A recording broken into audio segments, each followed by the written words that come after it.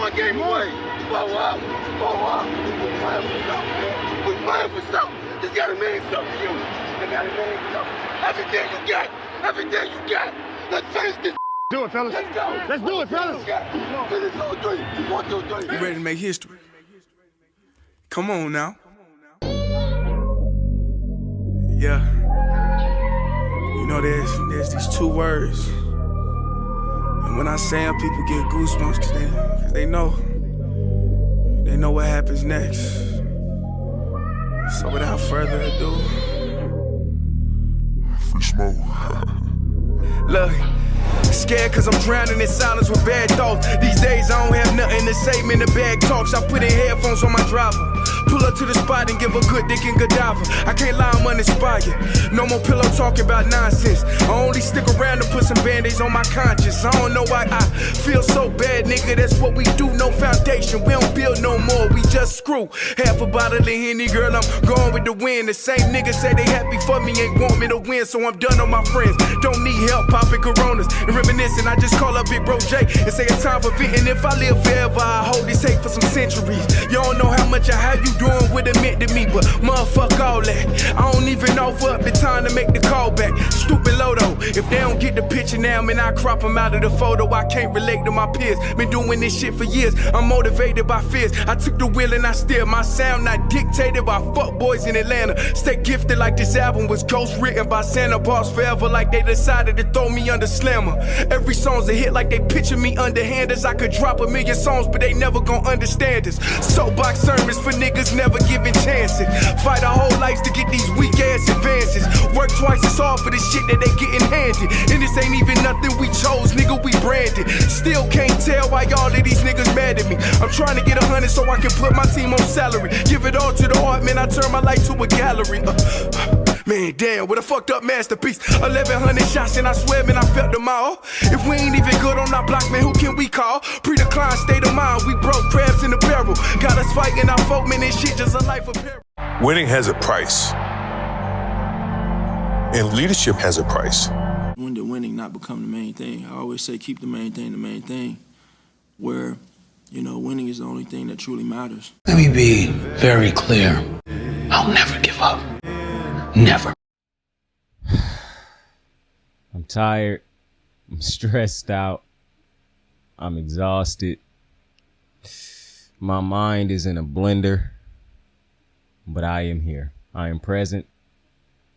And I'm happy to be present. I'm happy to be here. And I'm going to figure out how to get through it.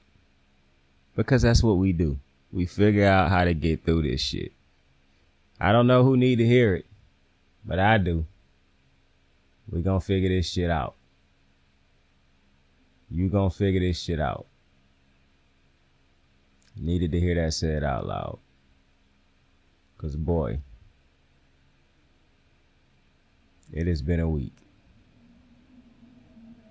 I appreciate y'all for joining me on another episode of Kicking It with Saint. I truly do hope y'all are having a good day, good night, good afternoon. That's how you know my mind in the blender, because I'm fucking up the afternoon and night thing again. But I hope you all are having a good week. I hope you enjoying your week. Christmas is around the corner. Christmas is around the corner. I hope you're enjoying time with loved ones. I hope work ain't stressing you out too much. We are here. We are here. And I'm so happy that y'all are here with me. We got to have a conversation. We're talking about two things specifically on this show tonight. We got to talk about Draymond Green. I was so wrong. I am wrong, bro. There's going to be a lot of honesty on this show tonight.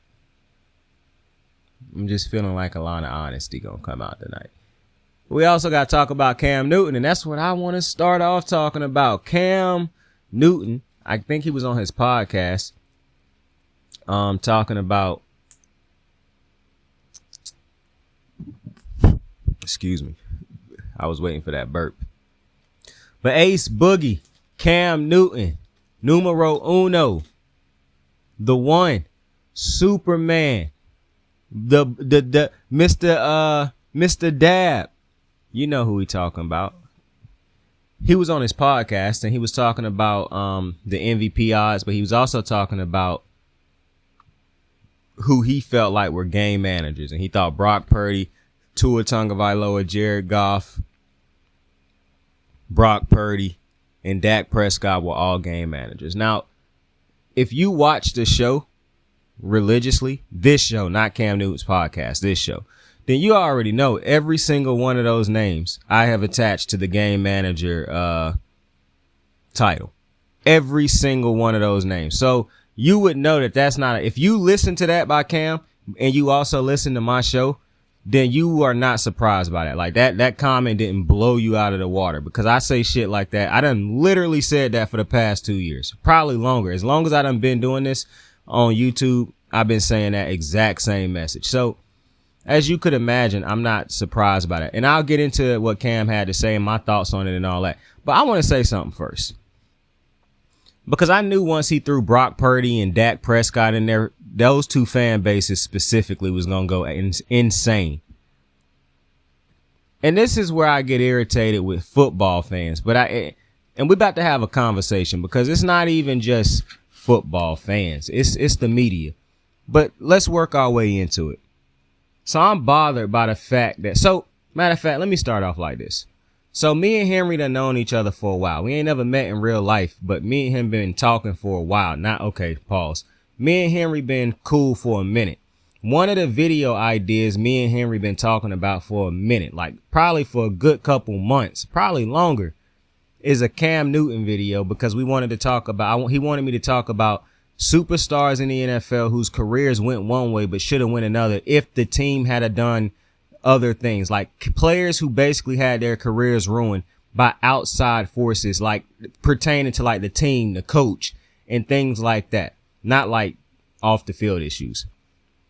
And Cam Newton was one of the guys me and him was talking about for a long time. He was always going to be the first person we talked about in that, when we did that specific series of, players. But because of how much I love Cam Newton and because of how important that video would be to me, I wanted to wait till the audience was big enough. I wanted to do as much research and all that as possible before I made that video. But you basically about to get a snippet into that video, because I am unbelievably bothered by how disrespectful people talk about Cam Newton, bro. You know, I was having a conversation with my cousin a couple months ago. And my cousin is a Carolina Panther fan. And we was just going over like the greatest quarterbacks in history. And then we got to Cam Newton and just talking about the Panthers. And he was like, bro, Cam Newton should, and this, you got to understand, he been negative on Cam Newton for a long time. It took him seeing a lot of different things after Cam Newton for him to finally realize what Cam Newton was for Carolina. And he said, I don't think he just the best quarterback in Carolina. I think he like a Hall of Famer. And I said, I'm glad that you finally done got around to that, because I also believe Cam Newton is a Hall of Fame quarterback. And this is where my irritation comes in when it comes to the fans. And it's not, like I said, it's not just the fans, but this is why I say fans don't watch games. They watch highlights, they watch the stat sheets, and they listen to the media say what they say. And because the media also don't watch the games, or they also don't interpret the games the way they should, and they also want to create storylines and narratives and things of that nature, they don't give you the information that you should get. So you talk about Cam Newton in this crazy way as if he was just this average quarterback. And that could not be further from the truth. But I don't blame the ignorant fans. This is where we get a little bit deeper, because Cam Newton, the reason he ain't talked about in a higher light, the way we talk about other superstar quarterbacks, is because of the media. The media wanted to spend more time talking about him dabbing. The media wanted to spend more time talking about him celebrating. The media wanted to spend more time about him not being happy they lost the Super Bowl. The media wanted to be more, wanted to talk about his outfits more. They wanted to talk about his hairstyle more. They wanted to talk about the way he texts and type. They wanted to talk about the way he talked. They wanted to do everything. They wanted to talk about everything around Cam Newton except for what he was doing for Carolina on the football field. They didn't want to talk about his philanthropy. They didn't want to talk about how he gave back all the things he was doing in the community. They didn't want to talk about how great he was on the football field. They didn't want to talk about the fact that he was carrying Carolina. They gave all this credit to all these other spaces. Ron Rivera, I believe, won 2 coaches of the year under Cam Newton. Notice I didn't say Cam Newton won anything under Ron Rivera. Ron Rivera won them awards under Cam Newton because Cam Newton was carrying that Carolina team for years on his back. The NFL let him down. Carolina management let him down. The coaches let him down. Players around him let him down. But somehow the media never painted the picture in that way. But you get mad when African Americans always bring up the fact that it's a clear racial bias in the media. Look at how they talk about Joe Burrow and Justin Herbert for a second. Charger fans will have you believe the reason the season is going the way it is because Mike Williams is hurt. But you told me that Justin Herbert is a game changer. But every time you get an opportunity to make an excuse for him, it's because this player not here. This player dropped the ball. This player dropped the ball. This player didn't run the right route. But you keep telling me he a game changer. Oh, but nobody can win under them circumstances. So why is Pat Mahomes still finding a way to win? I understand they had a rough week the last couple of weeks, but they still a playoff team. How did Lamar Jackson find a way to have the success he done had at this point in his career? When you look at the weaponry he done been given throughout his career. When you look at the injuries to players around him that done happened throughout his career.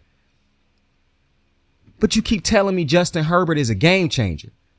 Cam Newton took a Carolina Panther team that was so far and away undermanned on offense to a Super Bowl and lost to Peyton Manning and Von Miller. He didn't just go to the Super Bowl and lose to a nobody. And yes, that was a phenomenal Carolina defense on the other side of that ball. But you couldn't even name his number 1 receiver that year. Trick question. It's a tight end. Greg Olsen. You couldn't name 3 wide receivers on that team. And before you get ahead of yourself, no, Christian McCaffrey was not on that team. But they talk about Cam Newton in a light as if he was a failure, as if he was a scrub. I find it very interesting how we talk about Andrew Luck. Andrew Luck was an absolute stud. But if you look at Cam Newton and don't see that he was a stud also in all the years he was in Carolina, then it's just a clear bias. Andrew Luck retired early because of injuries. Cam Newton's career, his prime of his career was cut short because of injuries. One player, you blame the injuries on him. The other player, you blame on the team. Every time we talk about Andrew Luck, people say, oh, the Colts let him down. The Colts let him down. You never hear people say Carolina let Cam Newton down. Why is that?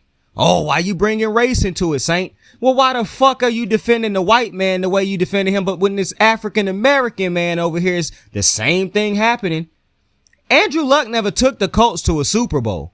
Cam Newton did that. But you talk about one in one light and you talk about the other in another. But you get mad when people bring race into the equation. I don't get it. But he didn't win the Super Bowl, Saint. So why do we still celebrate Joe Burrow as if he won the Super Bowl? That's what I'm not getting. That's what I'm not getting. See, I'm going to address what Cam Newton had to say.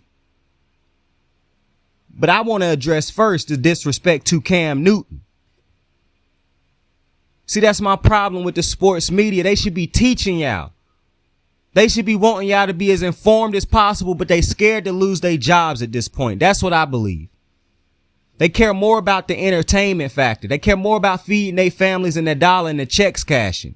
Because it's no way they shouldn't be talking about Cam Newton like he ain't a Hall of Fame quarterback for what he did in his career.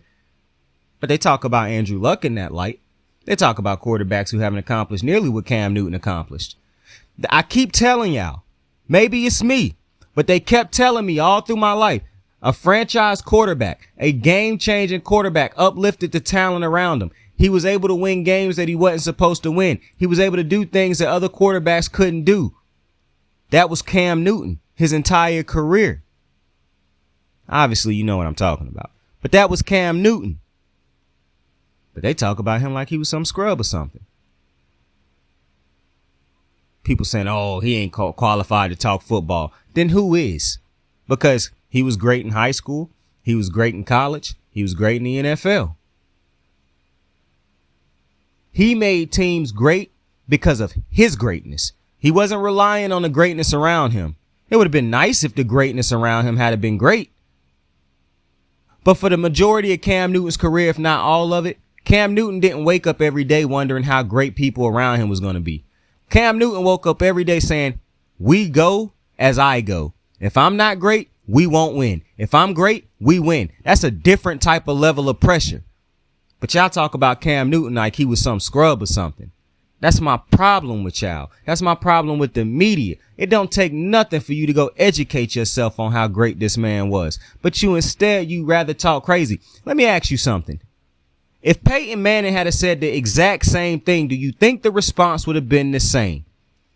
Oh, but Saint, he won multiple Super Bowls. That's a team award. Cam Newton still carried his team there. And I understand Peyton Manning is individually teams won because of his greatness. But it's foolish to not look at the teams he played for and realize how much better they were than the teams Carolina had for Cam Newton. On the same aspect, it's great. I can use Peyton Manning as my example because like Cam Newton, teams got better because of their greatness.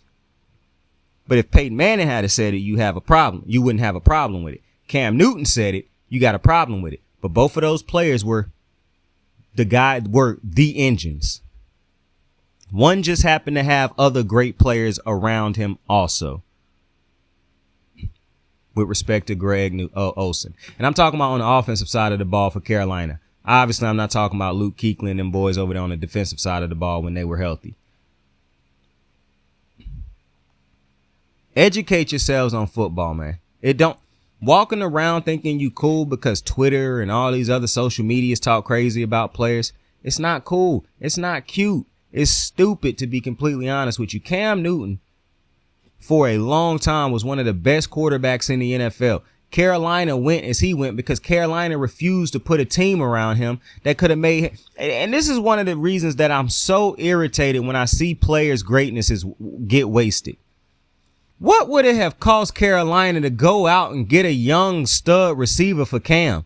What would it have cost for them to upgrade the offensive line, go crazy on the offensive line? What would it have cost to go out and actually get a great running back before you got Christian McCaffrey? And Christian McCaffrey did not have a great year his first year with Cam. He was a rookie. That was to be expected. But every year after that, Cam was hurt or he was hurt. So they never had an opportunity to be great together. They never went. They kept changing offensive coordinators instead of going and getting a new head coach for Cam Newton. I don't understand how you look at Cam Newton's career, or more so look at Cam Newton, the player, and think to yourself, he not qualified to talk on who was a game manager or not. That's insanity. Cam Newton was the furthest thing from a fucking game manager. So if he decided to talk, now does that mean every time Cam speak, it's the gospel? No.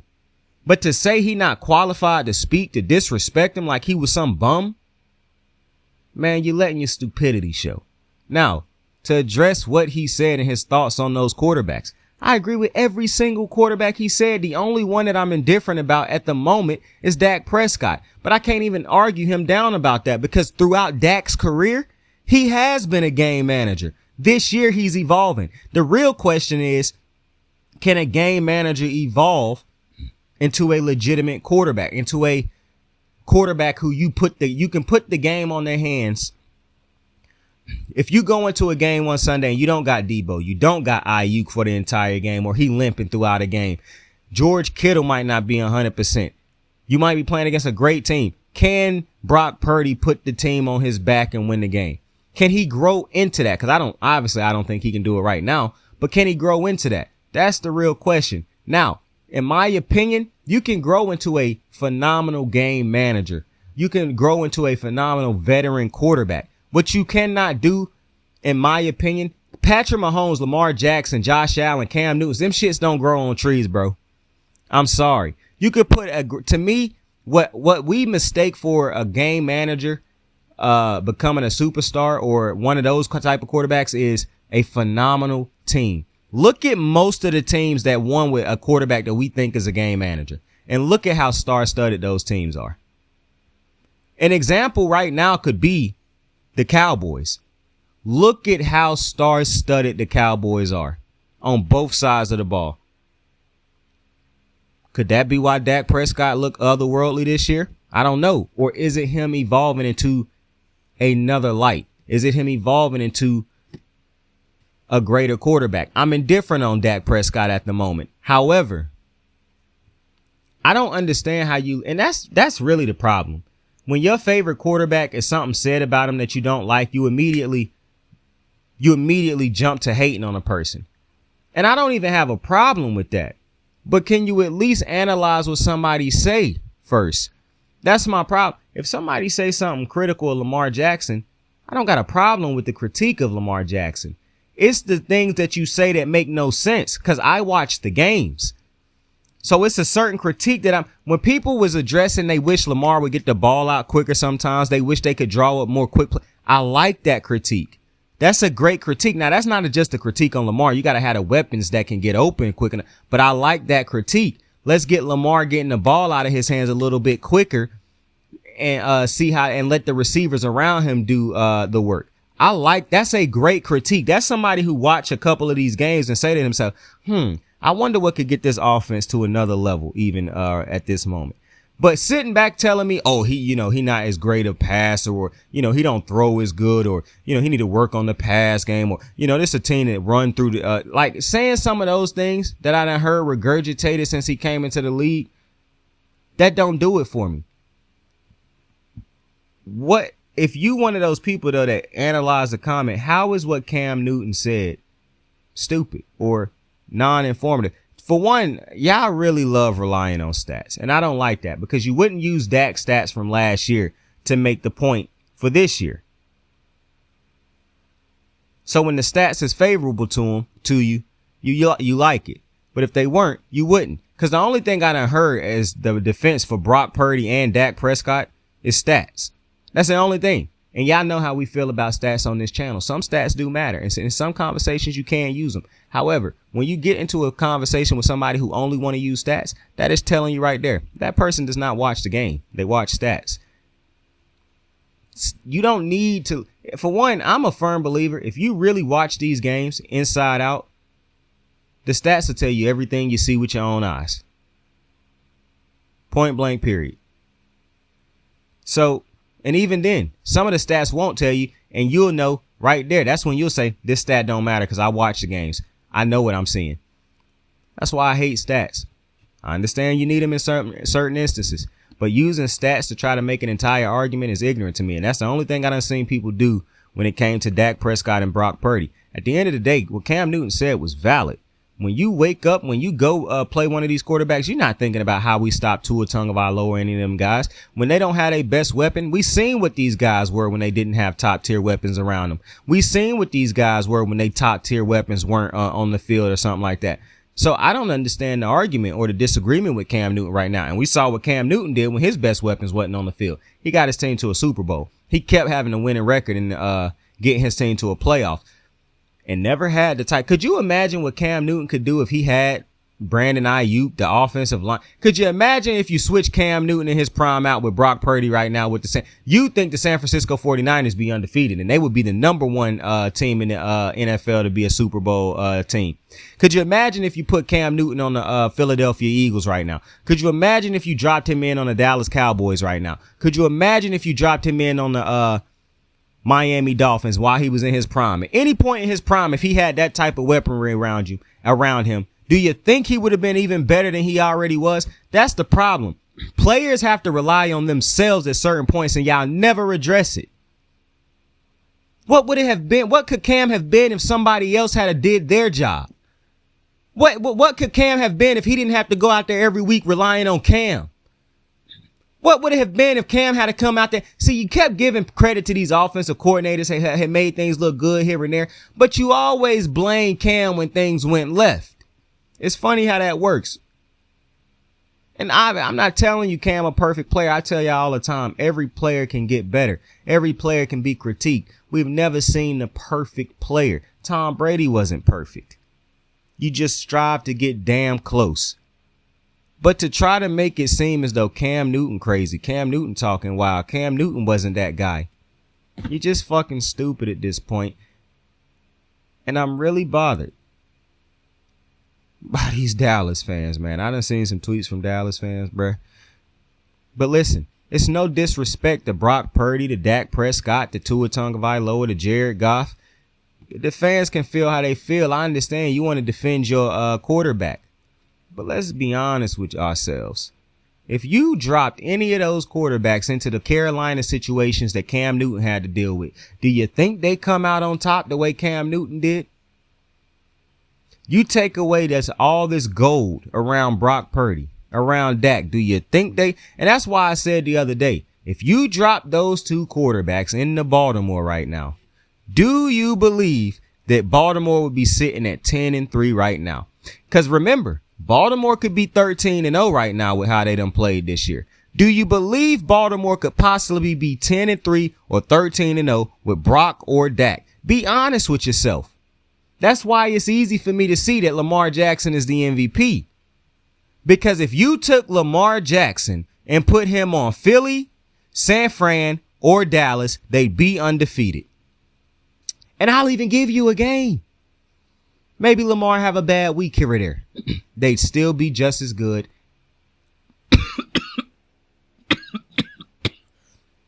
And 100% better. How do I know that? Because Lamar Jackson is a rising tide. Players get better because of Lamar Jackson. That's what you get with a Pat Mahomes, Lamar Jackson, Josh Allen. I'm going to say Joe Burrow. Obviously, if you watch the show, you know I don't like putting Joe Burrow in this conversation because while I do believe Joe Burrow is a phenomenal quarterback, a great quarterback, I don't know if Joe Burrow is what I believe. I'm going to say he a game changer right now, bro, but man, I don't like it. I don't like it. Because I know for a fact that Lamar Jackson and Pat Mahomes are game changers. I know for a fact Josh Allen is a game changer. I know for a fact Cam Newton was a game changer. I don't know for a fact yet with Joe Burrow, bro. And it's not his fault. It's not his fault. I'm putting that out there. It's not his fault, bro. I would love to be dropped in a situation where I got Tyler Boyd, T. Higgins, Jamar Chase, Joe Mixon also.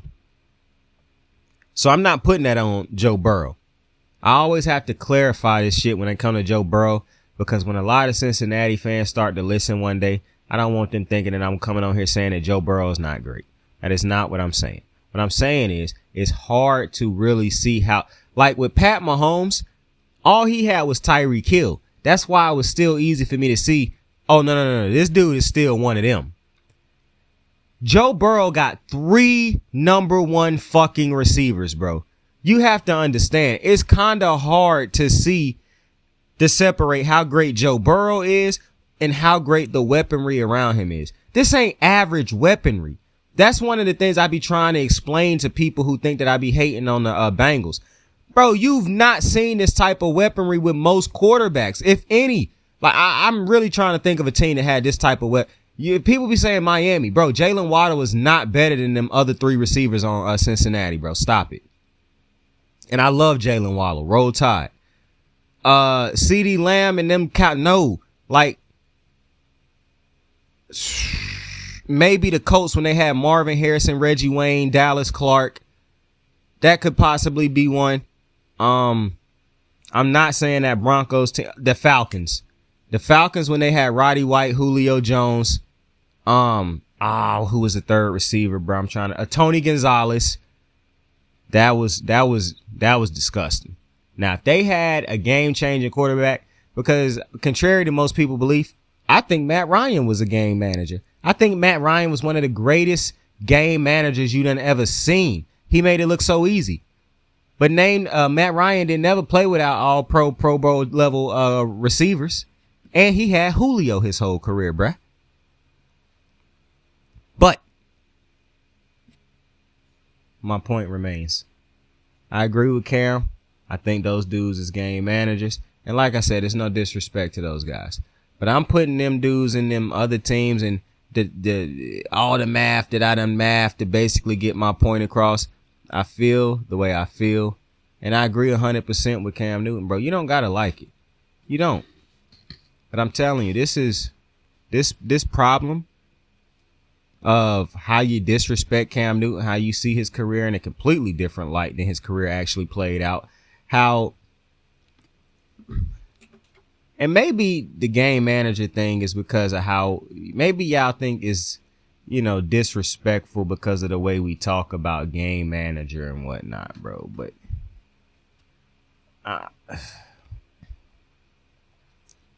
I don't know, man.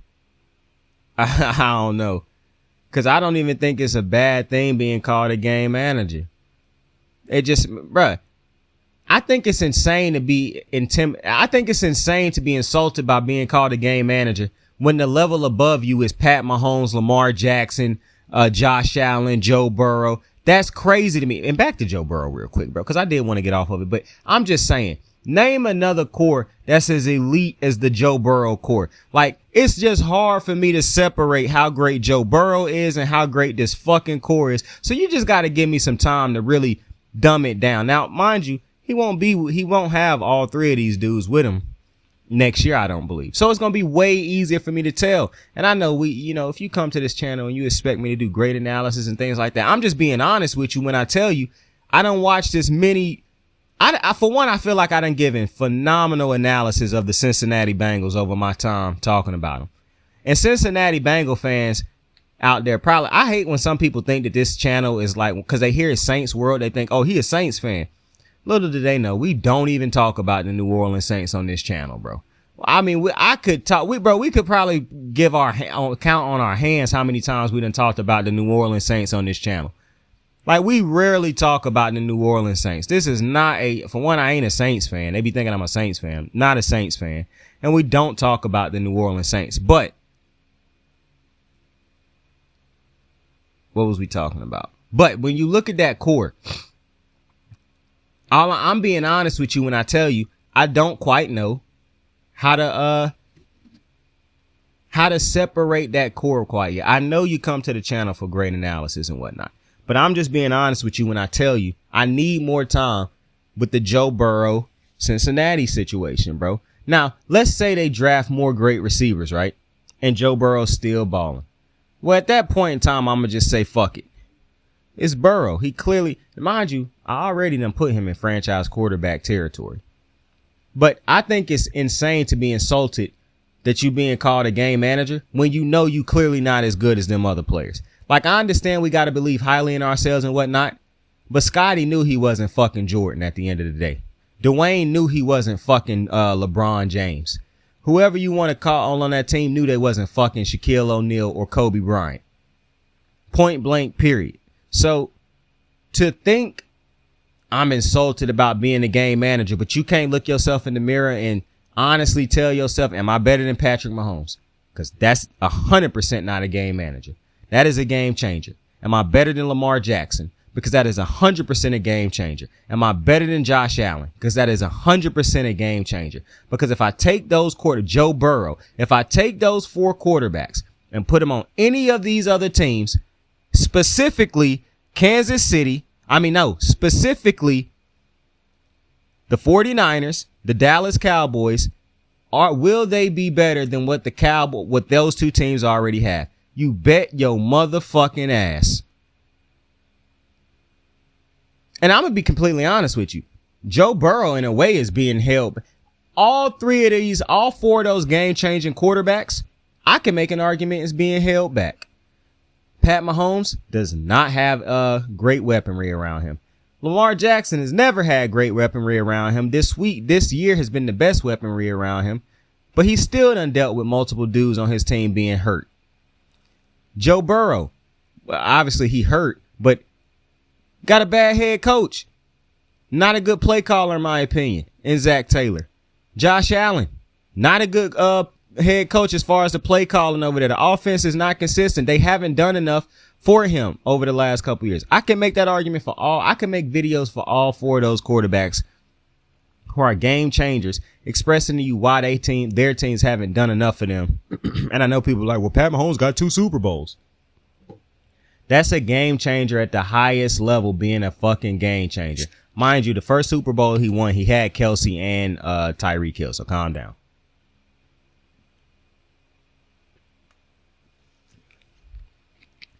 But now I want to talk about Draymond Green. I done held off long enough. Listen, bro, I just got to admit to you, bro, I was wrong. I'll take that bullet. I'll eat that bullet. I'll bite that bullet. I'll take it right to the heart, man. I was wrong, bro. Straight up. I defended him during the Rudy Gobert thing, but I can't defend this. And I done heard athletes before say, you don't got to defend me. I wasn't asking for you to defend me, and yada, yada, yada. And maybe in a way I could be scared that Draymond would hear this video one day and think that I wasn't a true fan or something like that. But I don't care about nothing like that. Y'all know y'all gonna get the real when you come here. Listen, maybe I see myself in Draymond. Maybe that's really what it is. I see Draymond and how he act at times, and I just know I act the same way at times. I hate to admit it, but I got an anger problem, and I done had anger management before. I'm finna do anger management again. I done had a therapist before. I know that I get pissed off real easy. I know I get really heated at times. I know I be fighting back my impulses in my head not to snap and do certain things. And I see Draymond, and I know he mean well, and I know he mean good, and I look at all the other great things he do, like I try to do with myself to minimize the real problem. And at the end of the day, a problem is a problem, and if you keep trying to throw other things at, I could say Draymond mean this, he mean that, he done this, he done that, but at the end of the day, clearly it is a problem. And I was wrong. Point blank, period. It was a problem. He went too far with Rudy Gobert. He went too far at this punching Yusuf Nurkic in the face. He kicking dudes, and to not be able to control your body parts, flailing around when you clearly hurting people left and right. And at this point, you want to know when the real problem become a problem, and this is why I'm a problem. And I hope to be better in the future, but it's a learning lesson for me too. It cannot just become a problem when it become too far, when it go off the deep end, because now Draymond done affected his team. He always done affected his team, but now you get suspended indefinitely, and that it directly hurts your team. It cannot just become a problem when it got this far. And I should have known that in the beginning, and that's the message that I should have been telling y'all from the rip. That's on me. I'm gonna be better. I was wrong on that last issue with Draymond, but I'm not going to get it wrong this time around. I have no problem with the NBA suspending Draymond for as long as they have to suspend him, because you got to get this through your head, Dre. You too old for this at this point, for one. You supposed to be a vet leader on the team. You can't do this. You do have to control your emotions better with Jordan Poole. You can't be the guy that knock him out. You can't, because you a leader on the team. Winning those rings can't just be a positive for your legacy. They also got to be a learning lesson. I got these rings and you played a huge part in that. Those rings can't just talk about your greatness. They got to talk about your control, what you did what you sacrificed to get there. Your sacrifice of ego, your sacrifice of a hot head, sacrificing your temper in order to be a leader and get there. How can young dudes listen to you when every time they turn around, Draymond suspended for doing this, Draymond suspended for doing that? I love Draymond Green. I love it. I love his tough nature. I love that he don't take shit from nobody. I love that he an enforcer. But at what point in time do you cross the line? It was a couple incidents ago, but I was too blinded with my love for Draymond Green to see that. I apologize for that. Draymond Green 100% is wrong. You cannot conduct yourself in this manner. And that's probably what's the most disappointing part of all this, because Draymond Green is a good dude. He is a great player. I get irritated when I hear people say Draymond Green not a Hall of Famer, and we all know that's so irritating, because on the court, this dude is a phenom as far as what he does in his role. He is a phenom in his role, and that is exactly why he will be a Hall of Famer. Steph Curry needed Draymond to be as great as he became. But you just look at how much Steph done missed Draymond because of Draymond. The things Draymond done to take himself off the court. I always said you cannot accept in defeat. Don't accept in victory what you wouldn't accept in defeat. And it feel like I've been going against that message every time I defend this nonsense that Draymond do. Because at this point, that is exactly what it is. Nonsense. A fool learns from, I don't even remember the quote, but how many times must you be punished to try to learn from your own mistakes? They say a wise man learns from the mistakes of others. A fool learns from his constant mistakes. That's what Draymond is at this point. A fool who keep being forced to learn from his own mistakes. But at this point, is he even learning from his mistakes? And at what point in time is a mistake no longer a mistake? How many repeated offenses is a mistake just become a habit? I said that you can't keep punishing Draymond from past incidents. I was wrong. You can. If a crackhead stopped doing crack, but then they start back up, and then they stop doing it for a year, but then they start back up and they say, well, 2 years ago I stopped doing crack. You shouldn't keep punishing me because I did it again like a year. No. I started doing crack a year ago, but I stopped doing crack for 2 years. I started up again. And they say, but you got a repeat offense of doing crack. Wait a minute. But that was 3 years ago, 4 years ago that I did crack. You can't punish me for that. Yes, I can, because you keep doing crack. You don't tell a crackhead, well, I'm going to take it light on you since you just did it this time. Even though you done it 6 times before, I'm not going to worry about them previous times that you did crack. No, somebody have repeated offenses of abuse and things of that nature. I'm starting to understand it. And that's where I knew that I had to. That's why I told y'all a couple weeks ago that it's very important when you have a platform to talk to people and you have people that listen to you, that you find a way to separate your personal feelings and emotions from the message if your personal feelings and emotions don't line with the truth of what the message should be. You can't form the message into your own thing just because of how you feeling. If it's a truth in a message and it's not an opinionated thing, like it is a legitimate truth in it, and you can't say it because of how you feeling, just don't talk about it. So once again, that's on me, because I was seeing myself in Draymond and I kind of was trying to let myself off the hook from some of the stupid shit I done in my life. That's really what it was. And that's why I kept defending and excusing Draymond. But I'm now starting to see, Draymond do got to be punished for these mistakes. And like I said, it can't be mistakes at this point. It's habitual. This is a trend. This is who he is at this point. And I hate saying that because I love Draymond Green, bro. I love watching this dude play. I know he a good dude. I done seen all the great things he done off the court. I imagine he a great father and husband. I love what he done for Steph Curry. But it is what it is. A dude hit his girl one time. He hit her again. He hit her again. He hit her again. You don't say to yourself, oh, well, I'm not going to think about all them past times he hit her. I'm just focused on it. No, you focus on all them other things. So when they say we got to focus on Draymond's yeah, you right. And I don't know if the message will ever get through to Draymond, but what I don't want to see? I don't want to see Draymond put himself in a position where somebody bigger, badder, and tougher than him, because the laws of physics are what they are. I don't want to see somebody catch Draymond and he become a meme. And man, karma, and it just work in such an ugly way at times. Sometimes karma come back around and I say to myself, man, I just wish this had never happened in the beginning, because now both parties look embarrassing. And they rich, so they find ways to get through it. But man, money don't help you when you're feeling a certain type of way inside. So I just hope that Draymond, man, saying that I hope a 30-plus-something-year-old man can mature from this. But at the end of the day, we all still have to grow. But like Muhammad Ali said, in a sense, I can't remember the exact quote, but a man who views the world the same way, a man who views the world the same way at 26 as he did at 6 has wasted 20 years of his life. And that's kind of what we get into with Dre. And like I said, man, I really do hate saying something. I don't hate saying what I'm saying. It just feel a certain type of way because I know I'm talking to myself also. And I know how I've been defending Draymond over these videos, and I know how the message sounded, and I know how infuriating some people who actually got what I couldn't understand at that point. I know how they feel now.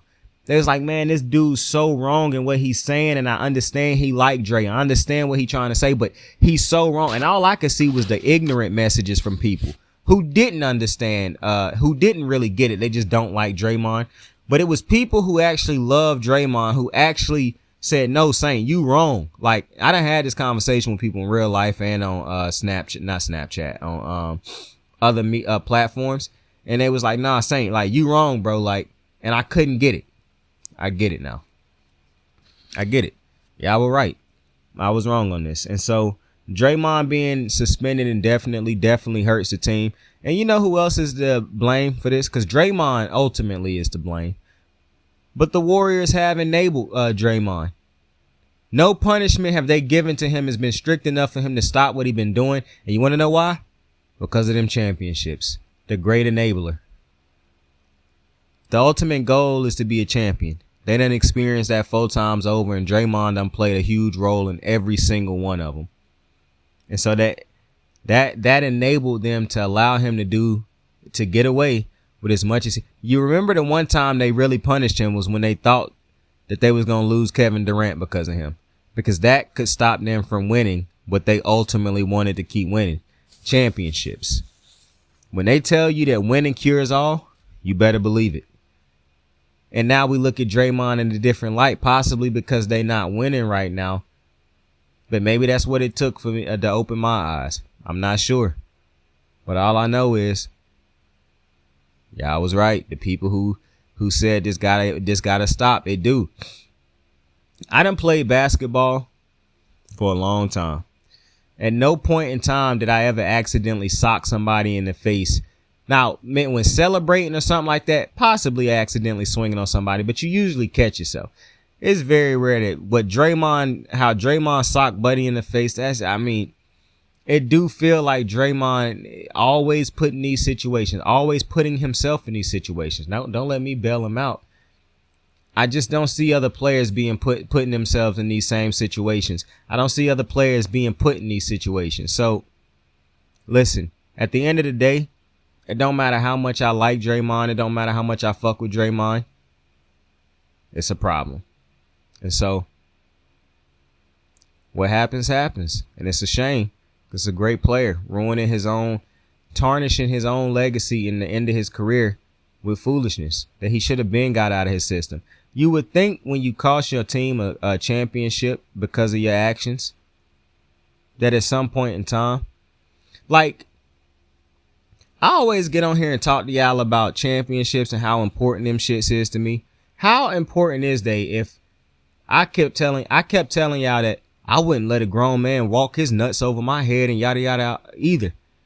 Well, at what point in time is it pride versus a championship? If I know when does my pride get out of the way of me winning a championship? Am I so dense? Is my ego and my pride so insanely high that I can't put that to the side for a second to understand the ultimate get back for him walking over me like that is winning a championship? I can't get that out of my head for right now. I have to retaliate like that in the moment. That's an anger problem. That's an anger issue. I know that now. I can see that now. Because the fact that you would be willing to get yourself suspended, even put yourself in a situation where you could get yourself suspended and directly hurt your team's chances of winning a championship. We worked all year for this. We worked all off season for this. This is what we dreamed of as kids. And I play a huge role in us winning this. And I'm willing to throw that chance away because my pride was hurt. Because my ego was hurt. Because I got embarrassed for a couple seconds on live TV. That's disgusting. I'm disgusted with myself. The message that I've been giving y'all is ugly.